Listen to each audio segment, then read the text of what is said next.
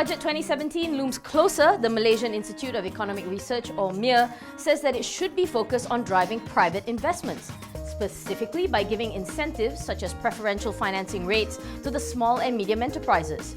According to Professor Emeritus Dr. Zakaria Abdul Rashid, while private consumption has driven the economy over the past few quarters, the feeling is that household spending has reached its fatigue. As such, he feels that private consumption should be the one to pick up the slack. May also feels that while BRIM will continue to be a focus of Budget 2017, Zakaria said it shouldn't be extended to the middle-income earners. Speaking to reporters, Zakaria said that while BRIM is stabilizing in the short term, it is not sustainable in the long run.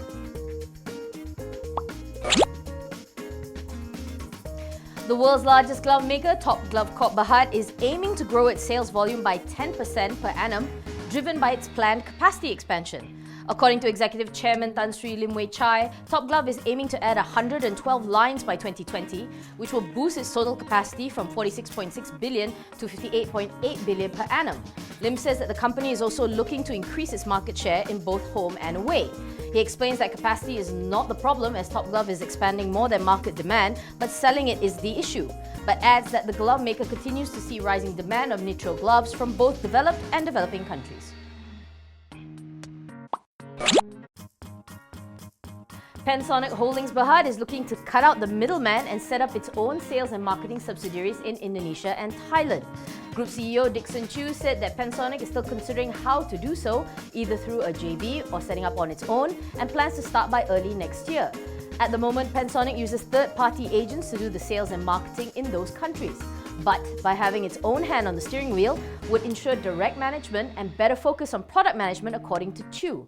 He explains that the reason for the investment in Thailand and Indonesia was because, according to market surveys, a large number of the population are under 35, which is its target consumer market.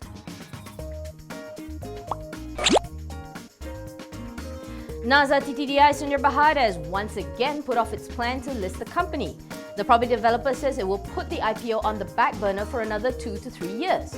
Its Deputy Executive Chairman SM Falek SM Nasimuddin explains simply that the market is just too soft for an IPO right now. Nazar TTDI is the property arm of the Nazar Group. It had announced its intention to float its shares as early as 2008, only to have nothing come of it. The idea came up again in 2011 after it launched KL Metropolis, but the company also felt that at the time that market conditions were unfavorable. As South Korea's Samsung Electronics continues to manage the fallout from Note 7 Gate, airports around the world are starting to set up exchange booths for the phones.